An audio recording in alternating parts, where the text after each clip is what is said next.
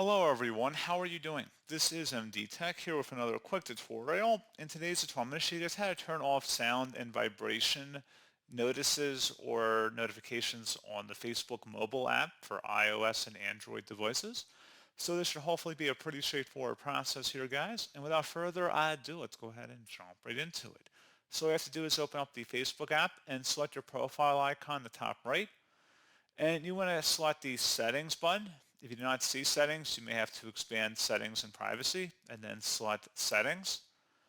Underneath preferences, select notifications and then scroll all the way down the bottom where it says where you receive notifications, select push.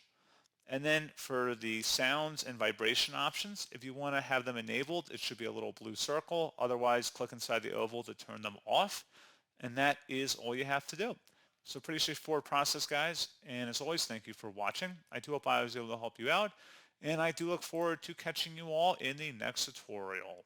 Goodbye.